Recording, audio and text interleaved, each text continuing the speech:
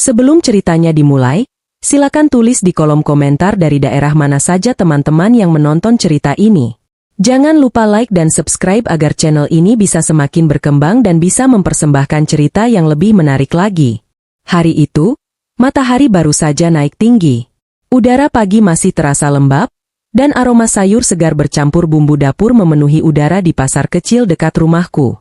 Aku baru saja selesai belanja, membawa tas kain berisi cabai, tempe, dan beberapa lauk untuk makan siang nanti. Hidupku sederhana, tapi aku selalu berusaha cukup. Tidak berlebih, tidak juga kekurangan. Aku berjalan menyusuri gang sempit di belakang pasar, tempat biasa aku mencari jalan pintas menuju rumah.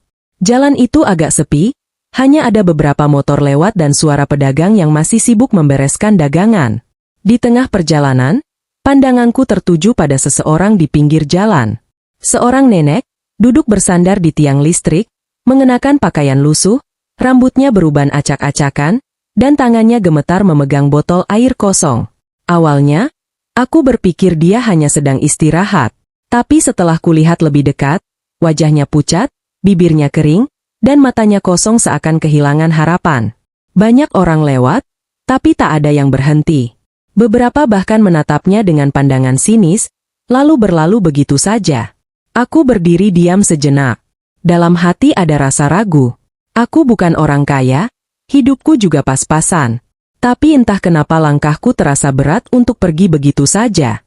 Ada suara kecil di hati yang berkata, "Berhentilah, tolong dia." Aku mendekat pelan dan berjongkok di depannya. "Bu, ibu kenapa duduk di sini? Ibu sakit?" tanyaku pelan. Nenek itu menatapku sebentar, suaranya parau dan lemah. "Tidak, nak, cuma lapar. Sudah dari pagi belum makan.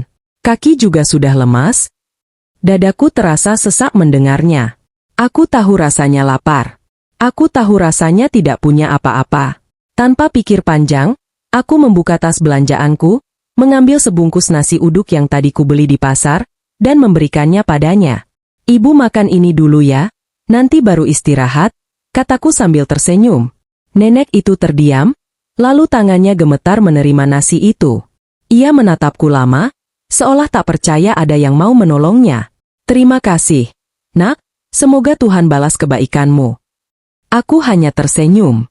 "Sama-sama, Bu. Saya gak punya banyak, tapi kalau ibu butuh air, ini saya ada sedikit." Aku menuangkan air dari botolku dan menaruhnya di tangannya. Beberapa orang mulai memperhatikan, tapi aku tak peduli. Aku membantu nenek itu berdiri, menuntunnya ke bangku kecil dekat warung yang teduh.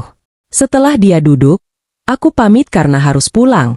Tapi sebelum pergi, nenek itu menggenggam tanganku erat. "Anak baik," suaranya pelan tapi penuh makna. "Ingat, kebaikan kecil yang kau beri, akan kembali padamu suatu hari nanti. Jangan pernah menyesal menolong orang." Aku tersenyum kaku, belum benar-benar memahami maksud ucapannya. "Iya, Bu. Ibu istirahat ya. Nanti kalau sempat saya lihat lagi ke sini." Aku pun melangkah pergi, membawa tas belanjaanku sambil sesekali menoleh ke belakang. Nenek itu masih duduk di bangku, menatapku dengan pandangan yang sulit dijelaskan.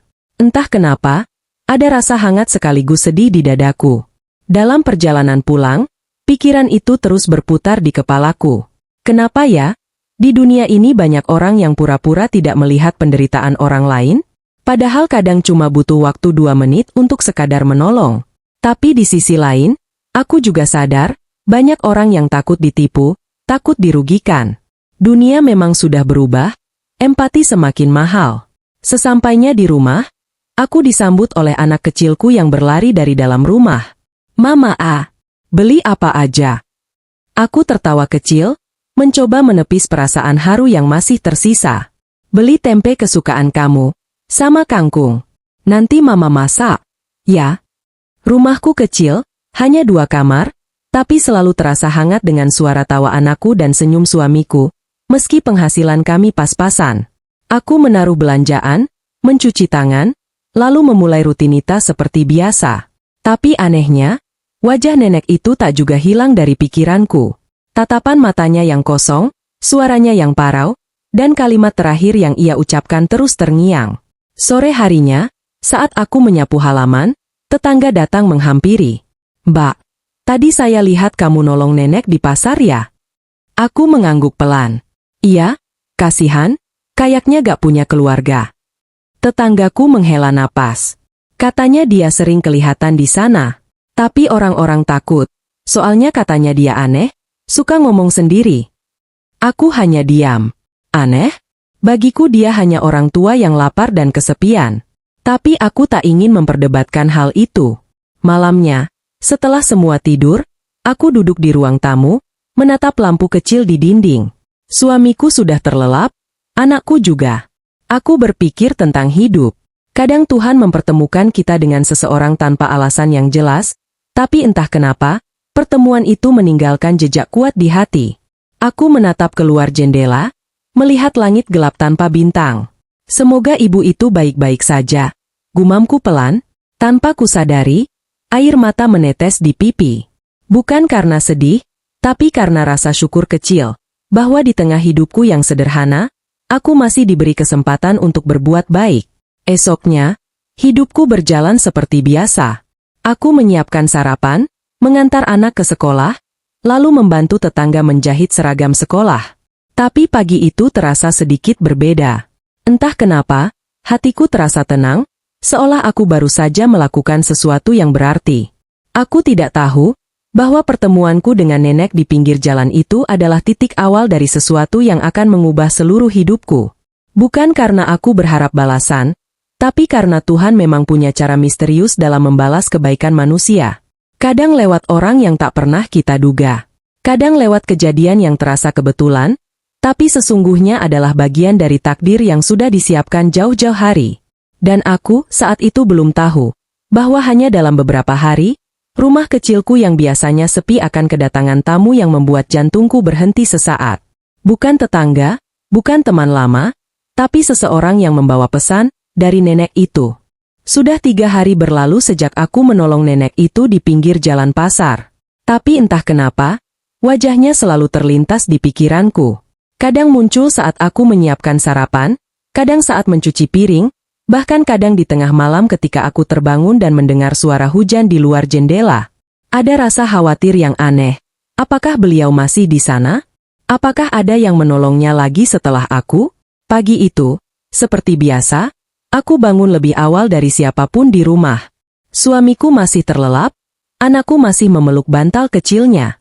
Aku menatap mereka sebentar, lalu tersenyum tipis. Aku tahu, aku harus kuat. Tidak ada yang bisa diandalkan selain semangat dan keyakinan bahwa semua akan baik-baik saja. Aku ke dapur, menyalakan kompor, dan mulai menanak nasi.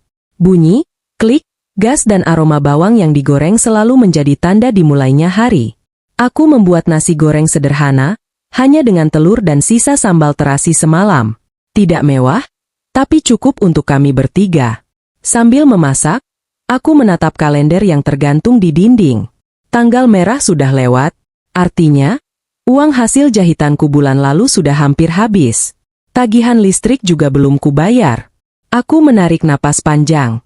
Dalam hati, aku menghitung sisa uang di dompet, Rp38.000. Aku tahu suamiku sedang berusaha. Sejak pabrik tempatnya bekerja gulung tikar, ia belum juga mendapatkan pekerjaan tetap. Setiap pagi ia keluar rumah membawa map berisi lamaran, dan setiap sore pulang dengan wajah lesu. Tapi aku tak pernah menyalahkannya. Aku tahu rasanya berjuang dalam sunyi, tanpa tahu kapan hasilnya datang. Setelah sarapan, aku mengantar anakku ke sekolah. Jalannya sekitar 1 kilometer, tapi kami biasa jalan kaki sambil bercerita. "Ma, nanti kalau aku besar aku mau beliin mama rumah yang besar ya," katanya dengan semangat. Aku tersenyum sambil menahan air mata. "Amin, nak. Tapi yang penting kamu jadi anak baik dulu." "Ya." "Iya, Ma. Aku janji." Aku memandangi punggung kecilnya saat ia berlari ke dalam gerbang sekolah. Entah kenapa, kalimat polos itu menampar hatiku lembut. Di balik kelelahan, ada harapan kecil yang tumbuh dari ucapan anakku sendiri. Sesampainya di rumah, aku mulai bekerja. Di ruang tamu kecil, aku menata mesin jahit peninggalan ibuku. Suaranya sudah tidak sehalus dulu, tapi masih bisa kugunakan untuk menjahit seragam sekolah tetangga. Aku suka pekerjaan ini. Meski hasilnya tidak banyak, aku merasa berguna. Setiap benang yang kugerakkan seperti mengikat harapan baru bagi keluarga kecilku. Siang menjelang, matahari terasa panas. Aku berhenti sejenak, minum air putih, lalu menatap keluar jendela. Anak-anak kecil berlarian di jalan, ibu-ibu ngobrol di depan rumah. Aku tersenyum tipis. Tapi di balik itu, aku menyembunyikan sesuatu, rasa takut. Takut kalau suatu hari aku tidak mampu membayar kontrakan. Takut kalau anakku sakit dan aku tak punya uang untuk ke dokter.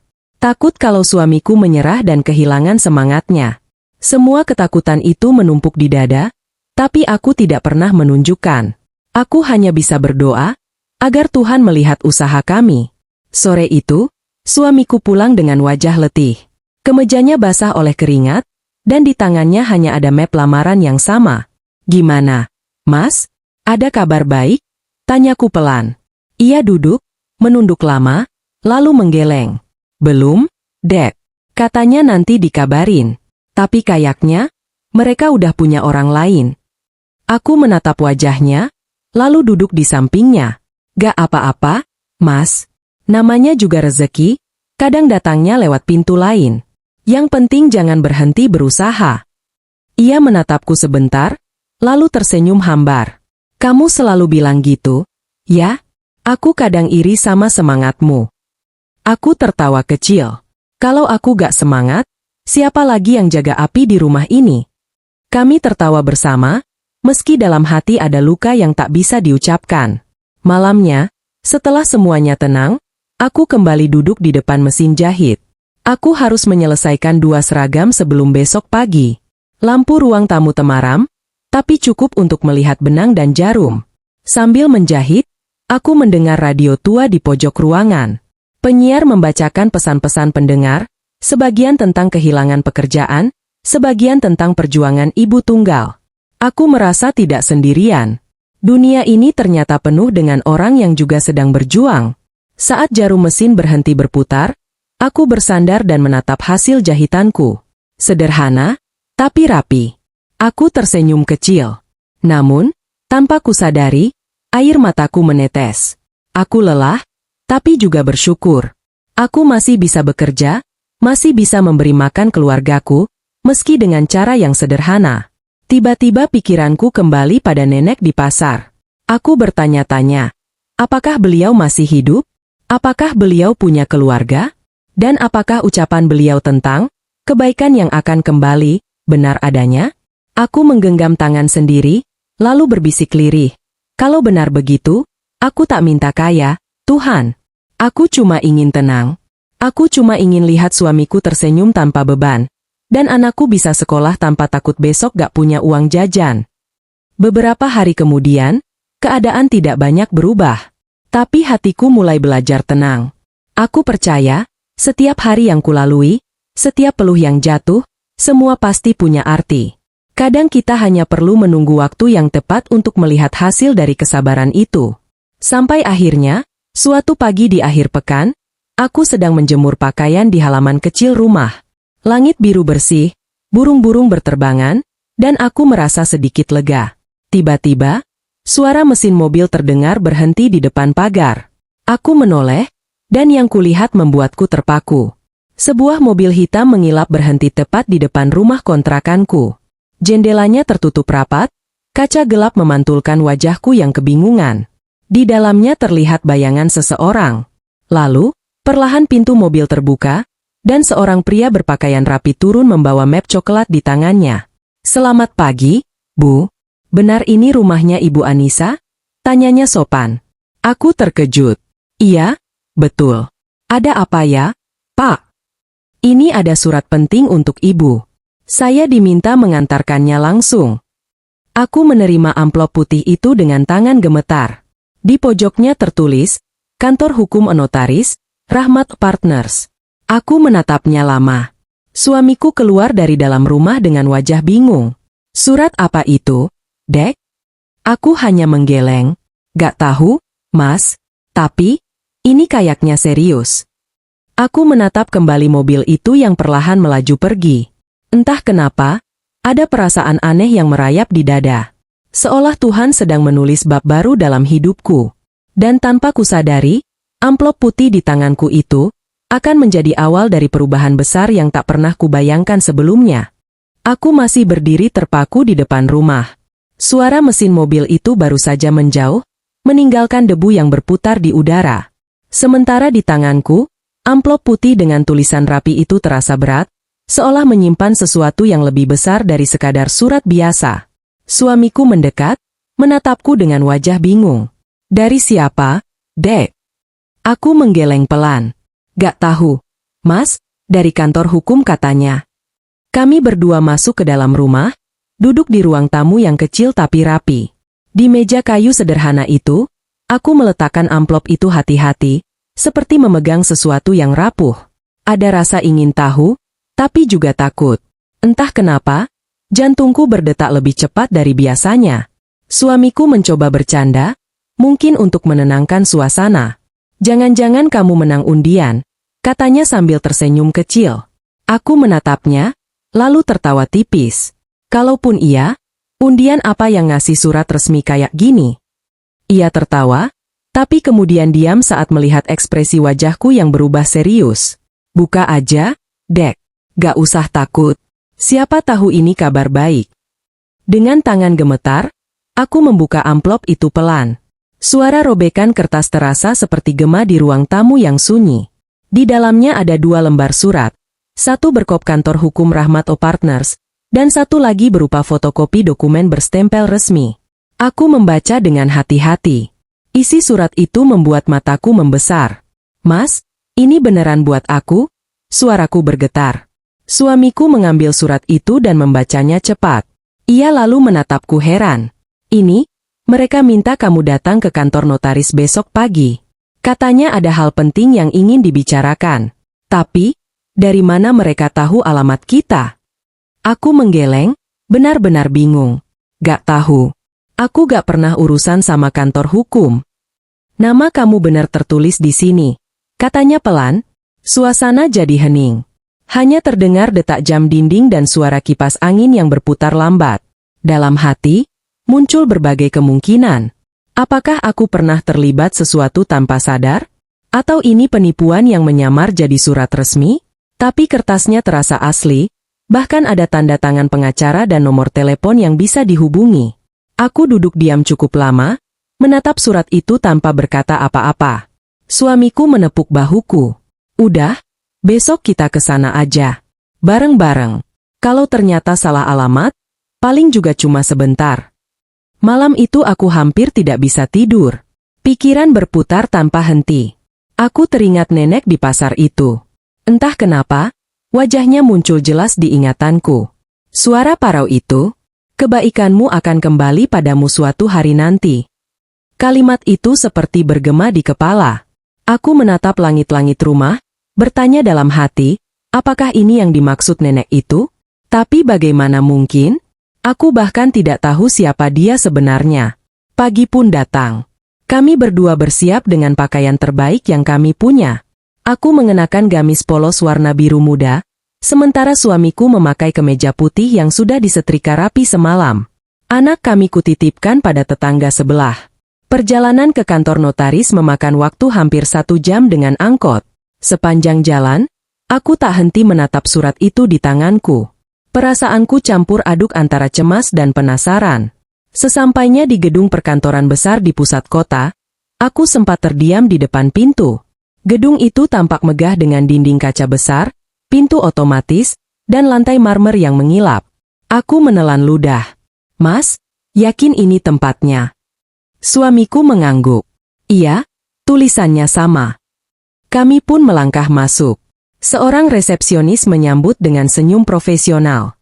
Selamat pagi, ada yang bisa saya bantu?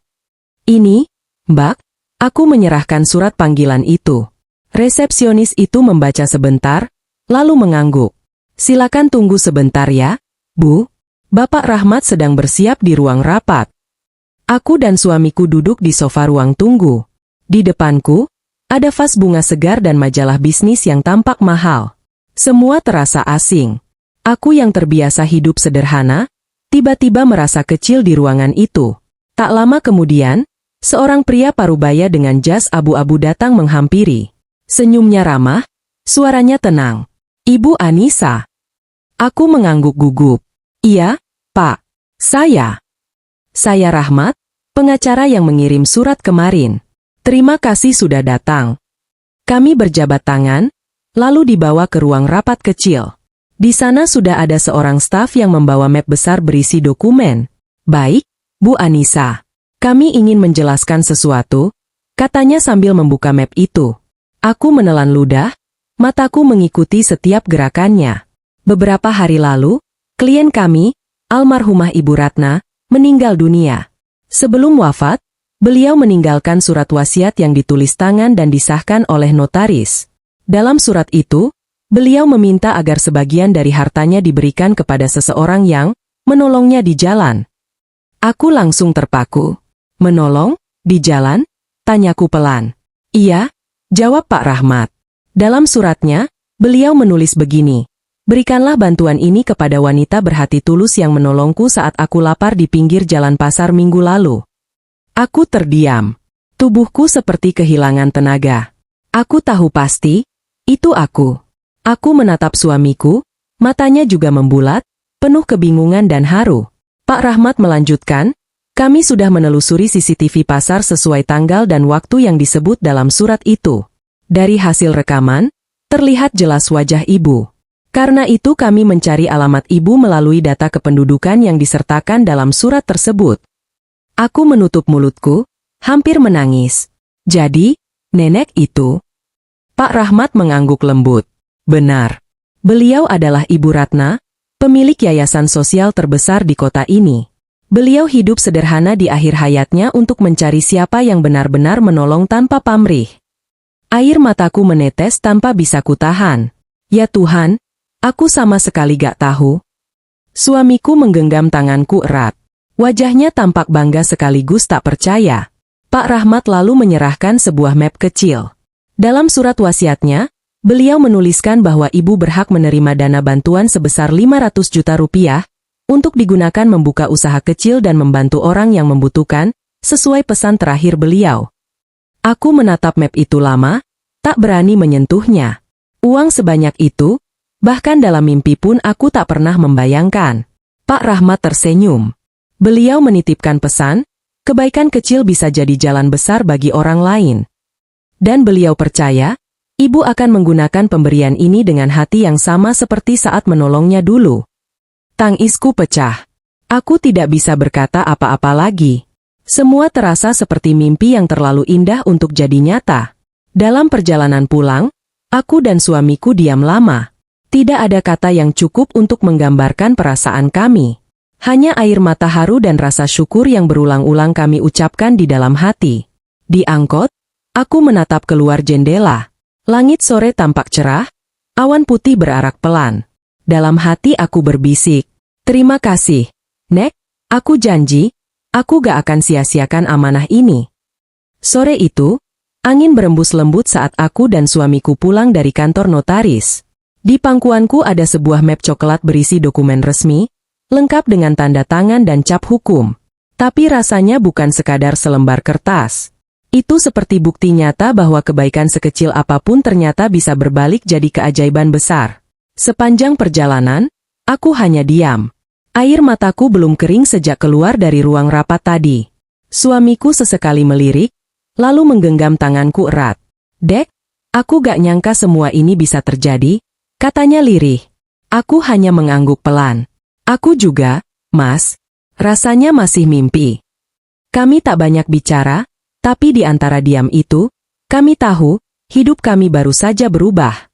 Bukan hanya karena uang, tapi karena cara Tuhan menunjukkan kuasanya melalui seseorang yang dulu kami kira hanya nenek tua biasa di pinggir jalan. Sesampainya di rumah, aku duduk lama di teras. Langit sudah mulai gelap. Anak kami berlari keluar, memelukku, belum tahu apa yang terjadi. Mama dari mana? Tanyanya polos. Aku tersenyum, mengusap kepalanya. Mama habis ketemu malaikat, Nak, tapi bukan malaikat yang bersayap, melainkan malaikat yang pernah Mama tolong. Anakku tertawa kecil, tidak mengerti. Tapi di dalam hatiku, aku tahu, kalimat itu benar adanya. Malam itu, setelah makan malam sederhana, kami membuka kembali isi map itu. Di dalamnya tertulis dengan tangan halus. Untuk anak berhati tulus yang menolongku di jalan tanpa pamrih. Aku sudah hidup cukup lama di dunia ini dan melihat banyak wajah. Tapi hanya sedikit yang mau berhenti untuk menolong tanpa berharap balasan. Anakku mungkin tak lagi ada di sisiku, tapi aku ingin hartaku jadi jalan kebaikan bagi mereka yang berhati baik. Gunakanlah pemberian ini bukan untuk berfoya, tapi untuk menghidupi orang lain. Agar kebaikan bisa terus berputar. Terima kasih, Nak, sudah membuat aku percaya bahwa manusia baik masih ada di dunia ini. Ratna Dewi. Aku menutup surat itu sambil menahan napas. Ada sesuatu yang menekan dada, bukan karena sedih, tapi karena terharu sedalam-dalamnya. Aku menatap suamiku. Matanya juga berkaca-kaca.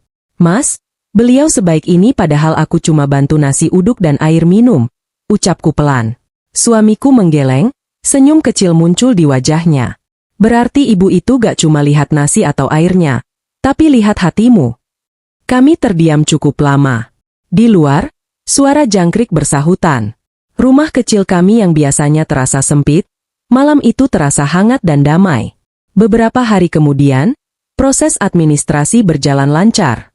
Dana bantuan itu resmi ditransfer atas namaku, sesuai wasiat.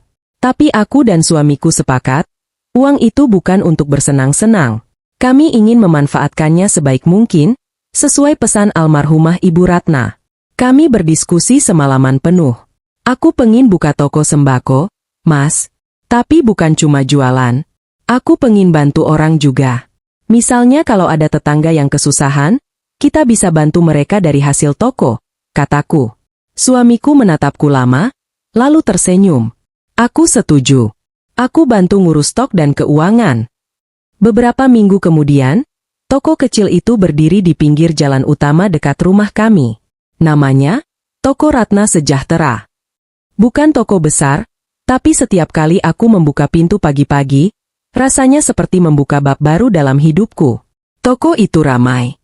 Bukan hanya karena harga yang murah, tapi karena kami melayani dengan hati. Kadang ada ibu-ibu yang berhutang kecil, tapi aku tak pernah menagih keras. Aku tahu rasanya hidup serba kekurangan. Setiap Jumat, aku sisihkan sebagian keuntungan untuk membuat paket sembako bagi lansia di sekitar. Aku juga sering mampir ke pasar lama, tempat aku pertama kali bertemu Nenek Ratna. Di sana, aku duduk sebentar, melihat-lihat orang lewat, lalu menaruh bunga di bangku tempat beliau dulu duduk. Terima kasih, Nek, bisikku setiap kali di sana. Aku tidak tahu apakah beliau bisa mendengar, tapi aku yakin, di suatu tempat, beliau tersenyum. Suamiku juga berubah. Setelah toko berjalan lancar, dia mulai tersenyum lagi. Wajahnya tak sekelam dulu. Dia rajin membantu, bahkan sering bercanda dengan pembeli. Kita gak kaya, Dek, katanya suatu sore, tapi aku rasa kita jauh lebih bahagia sekarang. Aku mengangguk sambil menatap matahari terbenam. Iya, Mas. Karena kita belajar dari seseorang yang memberi tanpa berharap kembali. Hari demi hari berjalan, toko kami makin ramai, dan orang-orang mulai tahu cerita di baliknya. Kadang ada yang datang hanya untuk mendengar kisahku. Bu, itu benar ya? Ibu dapat rezeki karena nolong nenek? Tanya seorang pelanggan muda. Aku tersenyum. Iya, tapi jangan lihat uangnya. Lihatlah bagaimana kebaikan sekecil apapun bisa jadi jalan Tuhan bekerja. Sore itu, setelah pelanggan terakhir pulang, aku menutup toko dan duduk di kursi plastik di depan pintu. Angin sore membawa bau tanah basah setelah hujan. Aku memejamkan mata sebentar, mengingat semua yang sudah terjadi. Dulu, aku cuma ibu rumah tangga biasa, hidup pas-pasan, berjuang untuk cukup. Tapi sekarang, aku belajar bahwa hidup bukan tentang seberapa banyak yang kita punya, tapi seberapa tulus kita memberi. Aku menatap papan nama toko kami yang mulai pudar terkena hujan, lalu tersenyum. Tulisan, Ratna Sejahtera, itu akan selalu jadi pengingat, bahwa satu tindakan kecil bisa mengguncang takdir besar. Beberapa bulan kemudian, aku diundang ke sebuah acara penghargaan sosial di kota. Ternyata kisahku tersebar lewat media lokal. Banyak orang terinspirasi. Tapi aku tak pernah merasa jadi pahlawan. Aku hanya orang biasa yang kebetulan diberi kesempatan untuk menolong, dan Tuhan mengembalikannya dengan cara yang luar biasa. Di atas panggung, saat diberi kesempatan berbicara, aku menatap hadirin dan berkata, "Kalau suatu hari kalian melihat seseorang yang butuh pertolongan, jangan berpaling. Mungkin kalian berpikir itu kecil, tapi siapa tahu, di mata Tuhan, itu besar sekali. Karena setiap kebaikan yang kita tanam, akan tumbuh dengan cara yang indah, di waktu yang tepat." Ruangan itu sunyi sejenak, lalu terdengar tepuk tangan panjang. Tapi aku tahu, tepuk tangan itu bukan untukku, melainkan untuk Nenek Ratna, sosok yang telah mengajarkanku arti memberi tanpa pamrih. Malam itu, di rumah, aku duduk di halaman, menatap langit yang bertabur bintang. "Kalau ibu dengar ini, terima kasih ya, Nek. Kebaikanmu gak akan pernah hilang. Aku akan terus-teruskan, supaya orang lain juga bisa merasakannya." Anakku mendekat, memeluk dari belakang. "Mama kenapa?" Aku tersenyum, mengusap kepalanya. "Mama cuma bersyukur, Nak, karena dulu, Mama berhenti sebentar di jalan. 3 tahun sudah berlalu sejak hari itu. Hidupku tak lagi sama. Aku bukan lagi perempuan yang tiap pagi harus menghitung uang receh di dompet untuk beli beras, bukan lagi istri yang menahan napas tiap kali tagihan listrik datang, dan bukan lagi ibu yang hanya bisa berjanji pada anaknya, 'Bulan depan, Nak.' Kini, hidupku sederhana tapi cukup. Toko sembako yang dulu kecil di pinggir jalan sudah berubah jadi 2 cabang. Salah satunya dikelola oleh suamiku, dan satu lagi kubuka di dekat sekolah agar bisa membantu ibu-ibu yang berjualan di sana. Namun di balik semua perubahan itu, ada satu hal yang tetap. Aku masih perempuan yang percaya bahwa kebaikan kecil bisa mengubah segalanya. Setiap kali aku memegang uang hasil penjualan, aku selalu ingat kalimat dari surat wasiat Ibu Ratna, "Gunakanlah untuk hidup dan menghidupi orang lain." Itu jadi pegangan yang tak pernah kulepaskan. Setiap bulan, aku dan suamiku membuat program sederhana. Kami menyiapkan paket sembako gratis untuk para lansia di sekitar. Kadang aku juga membagikan makanan ke orang-orang yang duduk di pinggir jalan, seperti dulu aku menolong Ibu Ratna. Bedanya, kali ini aku tak lagi takut uangku habis. Karena aku tahu, rezeki yang digunakan untuk kebaikan, justru akan bertambah. Ada satu kejadian yang tak akan pernah kulupakan. Suatu pagi, saat aku sedang menata rak toko, datang seorang pemuda dengan wajah letih. Bajunya lusuh, matanya sayu. Ia memegang amplop dan berkata lirih, "Bu, saya cuma mau nitip surat ucapan terima kasih. Dulu ibu bantu saya pas saya kelaparan di depan toko ini. Sekarang saya sudah kerja, Bu. Saya cuma mau bilang, ibu orang baik." Aku tertegun. Wajah pemuda itu mengingatkanku pada masa laluku sendiri. Masa ketika aku juga butuh pertolongan dan hanya berharap ada satu orang saja yang mau melihatku. Aku tersenyum dan menepuk bahunya. "Nak, kamu gak perlu terima kasih. Cukup kamu teruskan kebaikannya ke orang lain. Itu udah cukup buatku." Ia menunduk dan matanya berkaca-kaca. Hari itu aku pulang dengan hati penuh. Aku sadar, kebaikan itu seperti mata air, semakin sering mengalir, semakin jernih rasanya. Suamiku juga makin berubah. Dulu ia pemalu dan sering merasa gagal, tapi kini ia lebih percaya diri. Ia sering membantu anak muda di sekitar rumah belajar dagang dan mengelola keuangan. "Kita gak cuma dikasih uang, Dek," katanya suatu malam, "kita dikasih kesempatan buat jadi jalan rezeki orang lain." Aku mengangguk, menatapnya sambil tersenyum. "Iya, Mas. Mungkin ini cara Tuhan ngajarin kita. Waktu dulu kita susah, Dia kirim Ibu Ratna. Sekarang giliran kita yang jadi penolong buat orang lain." Hari-hari terus berjalan. Toko makin ramai, anak kami tumbuh jadi remaja yang sopan dan cerdas. Tapi di tengah semua kesibukan itu, aku tak pernah lupa pada satu tempat. Bangku tua di dekat pasar tempat aku dulu bertemu Ibu Ratna. Setiap tanggal yang sama, di minggu ketiga bulan itu, aku selalu datang ke sana membawa bunga kecil dan sebotol air. Pagi itu aku datang lagi. Matahari bersinar hangat, burung-burung berkicau di atap pasar. Aku duduk di bangku itu, meletakkan bunga di sebelahku. Aku datang lagi, "Nek, kataku pelan. Terima kasih udah percaya sama orang kecil kayak aku. Aku gak tahu kenapa ibu milih aku, tapi aku janji, aku gak akan berhenti berbuat baik. Beberapa pedagang yang sudah mengenalku sering memandang dengan senyum hangat. Mereka tahu cerita tentang nenek itu. Bahkan sekarang, tempat duduk itu sering dijuluki bangku kebaikan. Kadang orang lewat menaruh makanan di sana untuk dibagi ke siapapun yang membutuhkan. Aku tak pernah menyuruh, tapi entah bagaimana, kebaikan itu menyebar begitu saja. Suatu sore, setelah aku menutup toko, anakku datang menghampiri sambil membawa secarik kertas dari sekolah. "Ma, aku diminta bikin karangan tentang pahlawan di hidupku. Aku nulis tentang Mama," katanya malu-malu.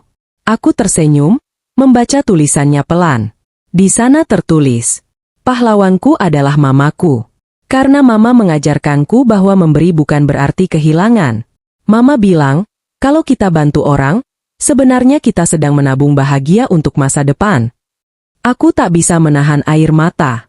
Kupeluk anakku erat. "Terima kasih, Nak. Tapi Mama bukan pahlawan. Mama cuma belajar dari seseorang yang dulu nolong Mama lewat pesan kecil. Jangan berhenti jadi baik." Malam itu, aku menatap keluar jendela kamar. Hujan turun pelan, menetes di atap seng rumah kami. Dalam suara rintiknya, aku mendengar seperti bisikan lembut dari langit. "Teruskan, Nak, teruskan." Entah kenapa, aku merasa Ibu Ratna ada di dekatku. Beberapa waktu kemudian, aku diundang lagi ke acara sosial di kota. Kali ini bukan untuk menerima penghargaan, tapi untuk berbagi cerita. Aku berdiri di depan panggung sederhana, di hadapan puluhan orang yang datang dari berbagai daerah. Aku bercerita tanpa naskah, hanya dengan hati. Tentang bagaimana dulu aku menolong seorang nenek tanpa tahu siapa dia. Tentang bagaimana Tuhan membalasnya dengan cara yang tak pernah bisa kutebak. Dan tentang bagaimana uang bukanlah balasan sesungguhnya, melainkan kesempatan untuk berbuat lebih banyak. Di akhir ceritaku, aku berkata dengan suara pelan, "Teman-teman, jangan pernah takut berbuat baik, meski kecil. Karena di mata Tuhan, kebaikan sekecil apapun bisa jadi alasan besar untuk mengubah takdirmu." Aku ini buktinya. Ruangan itu hening beberapa detik, lalu tepuk tangan bergema panjang.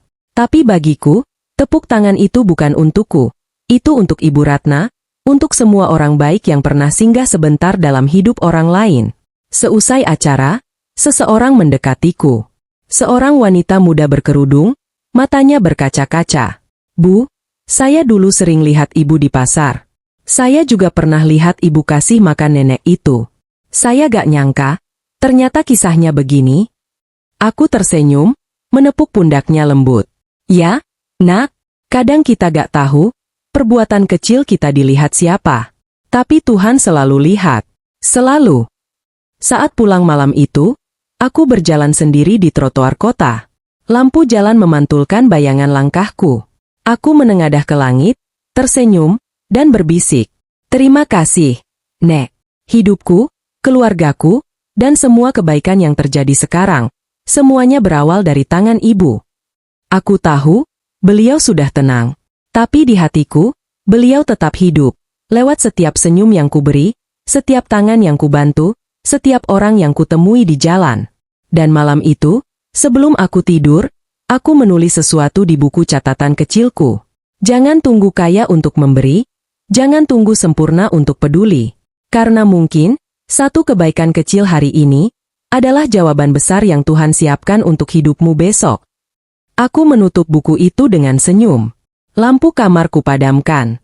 Tapi di dalam hati, cahaya kecil itu terus menyala. Cahaya dari satu pertemuan sederhana di pinggir jalan pasar, antara seorang ibu biasa dan seorang nenek yang ternyata dikirim Tuhan untuk mengajarkan arti hidup sesungguhnya. Terima kasih sudah menonton sampai akhir. Semoga kisah ini mengingatkan kita, bahwa satu kebaikan kecil bisa mengubah seluruh jalan hidup seseorang. Jangan lupa tekan subscribe, nyalakan loncengnya, dan tulis di kolom komentar kalian berasal dari mana. Karena setiap kisah baik pantas disebarkan. Sampai jumpa di cerita inspiratif berikutnya.